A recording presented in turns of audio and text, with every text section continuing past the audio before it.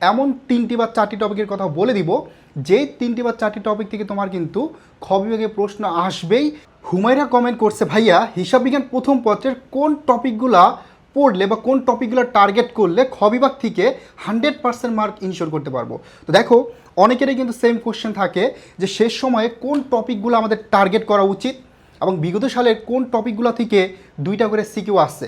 দেখো, আমি আমার অভিজ্ঞতা থেকে তোমাকে এমন 3টি বা 4টি টপিকের কথা বলে দিব যেই 3টি বা 4টি টপিক থেকে তোমার কিন্তু খ বিভাগে প্রশ্ন আসবেই এবং তুমি কিন্তু আনসার করে আসতে পারবা। সাথে আমরা এমসিকিউর জন্য কোন টপিকগুলো ইম্পর্টেন্ট এটাও আমরা ক্লিয়ার করে দিব। তো ভিডিওটি একদম প্রথম থেকে শেষ পর্যন্ত দেখতে হবে, তাহলে কিন্তু ইনশাআল্লাহ তুমি বুঝতে পারবা এবং তুমি টার্গেট করতে পারবা। দেখো, অনেক শিক্ষার্থী আছে যারা হচ্ছে এলোমেলোভাবে প্রিপারেশন নেয়। আলটিমেটলি এলোমেলোভাবে প্রিপারেশন নিলে পরীক্ষার হলে কি তুমি কমনও পাবে না এবং সঠিকভাবে কিন্তু আনসার করতে পারবে না। চলো আমরা খ বিভাগের এমন কয়েকটা টপিক নিয়ে আলোচনা শুরু করি। তো দেখো, প্রথমত আমি যে টপিকটার কথা বলবো, প্রথমত আমরা একদম শুরু থেকে যদি চলে আসি, ধরো খ বিভাগ, এই খ বিভাগের জন্য কোনগুলো ইম্পর্টেন্ট আমরা একদম শুরু কয়েকটা চ্যাপ্টার নিয়ে আলোচনা করব। তো দেখো, প্রথমত 1 নম্বরে হিসাবের বইসমূহ টপিকটা যদিও অনেক বেশি সহজ তোমাদের কাছে মনে হবে, কিন্তু এই টপিকটা কিন্তু খুবই ইম্পর্টেন্ট। ঠিক আছে, হিসাবের বইসমূহ এখান থেকে বিগত সালে আমাদের যখন ফুল সিলেবাস ছিল এই টপিকটা থেকে তখনও 2টা করে সিকিউ আসতো, 2টা করে সিকিউ সবসময় আসতো। মাঝে মাঝে দেখবা যে 3টা করেও সিকিউ চলে আসছে এই টপিক থেকে, মানে হিসাব বিজ্ঞানের পরিচিতি এবং হিসাবের বইসমূহ এই 2টা মিলিয়ে 3টা সিকিউ অনেক সময় চলে আসে। এখন 3টা না আসলে কিন্তু 2টা সিকিউ মাস্ট আসবে। ওকে, তারপরে যদি আমরা দেখি, মনে করো ব্যাংক সমন্বয় বিবরণী, ব্যাংক সমন্বয় বিবরণী, ঠিক আছে, ব্যাংক সমন্বয় বিবরণী। এই ব্যাংক সমন্বয় বিবরণী টপিকটা হয়তো অনেক শিক্ষার্থী টার্গেট করবে, অনেক শিক্ষার্থী টার্গেট করবে। এখান থেকে 2টা সিকিউ আসবে, একক জেড থেকে একটা, দ্বৈত জেড বা উভয় জেড থেকে কি একটা, 2টা। এখন 2টা না আসলে কিন্তু একটা আসবে। এখন অনেক শিক্ষার্থীদের কিন্তু সবচেয়ে ফেভারিট টপিকই ব্যাংক সমন্বয় বিবরণী। তুমি যদি ব্যাংক সমন্বয় বিবরণী আনসার করো তাহলে 2টা সুবিধা আছে, একটা তোমার টাইম কম লাগবে, আর পাশাপাশি টিচার যখন তোমার খাতা দেখবে সে অনেক বেশি খুশি হবে, কারণ ব্যাংক সমন্বয় বিবরণী কিন্তু সবাই আনসার করতে পারে না। আর আমার ক্লাস যারা করছে তাদের ব্যাংক সমন্বয়ের কনসেপ্ট একদম এ টু জেড ক্লিয়ার। ঠিক আছে, ওকে। তারপরে দেখো, আমরা যদি বলি, মনে করো রেও মিল, 2টা সিকিউ আসবে, 2টাই রেও মিল থেকে আসার সম্ভাবনা আছে এবং মাঝে মাঝে সমন্বিত রেও মিল থেকে কি প্রশ্ন আসে। তো এটা থেকেও তোমার 2টা সিকিউ আসতে পারে, 2টা, হ্যাঁ 2টা আসবে ইনশাল্লাহ। 4 অবচয়, এই যে আমরা কয়েকটা টপিকের কথা বললাম, এই টপিকগুলা থেকে তোমার কিন্তু 2টা করে সিকিউ আসবেই।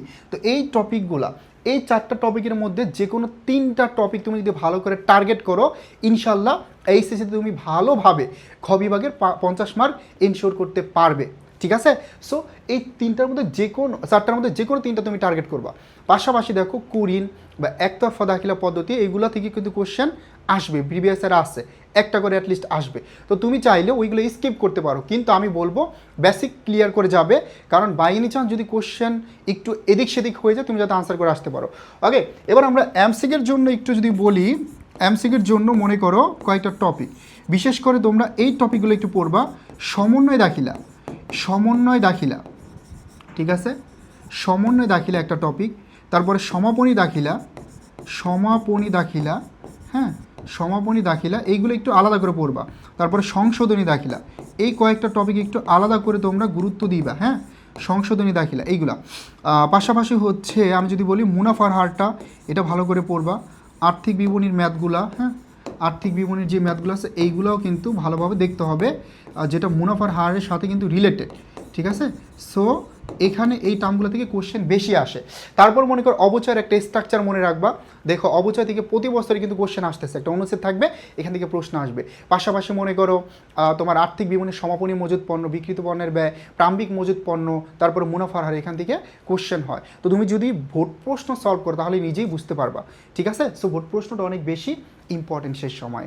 সো এইগুলো টার্গেট করে পড়লে তুমি স্মার্ট প্রিপারেশনটা যদি এভাবে নিতে পারো তাহলে হয়তো ভোট পরীক্ষা তুমি বাজিমাত করতে পারবা। তো তোমাদের জন্য আমাদের কিন্তু আছে প্রি অ্যাডমিশন কোর্স। ঠিক আছে, তো আমি যদি একটু বলি, আমাদের প্রি অ্যাডমিশন কোর্সে এখন একদম ডিসকাউন্টে ভর্তি চলছে।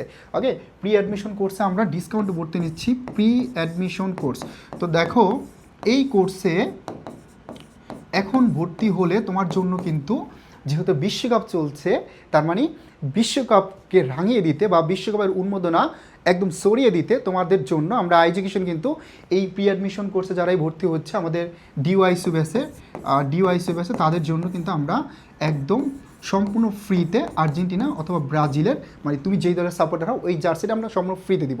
পাশাপাশি আমাদের এই কোর্সে কিন্তু লেকচার শিটগুলো সম্পূর্ণ ফ্রিতে পাবে এবং এখন কিন্তু ডিসকাউন্টে ভর্তি চলছে। তুমি একবার ভেবে দেখো, এইচএসসির পর কিন্তু তুমি ঠিকই ভর্তি হবে, এখন ভর্তি হলে তোমার জন্য কতগুলো সুযোগ, তাই না? সেই সুযোগটা হাতছাড়া করো না, আমাদের এডুকেশন পেজে নক দিয়ে এখনই ভর্তি হয়ে যাও এবং জার্সি জিতে নাও, পাশাপাশি ডিসকাউন্ট জিতে নাও। আল্লাহ হাফেজ।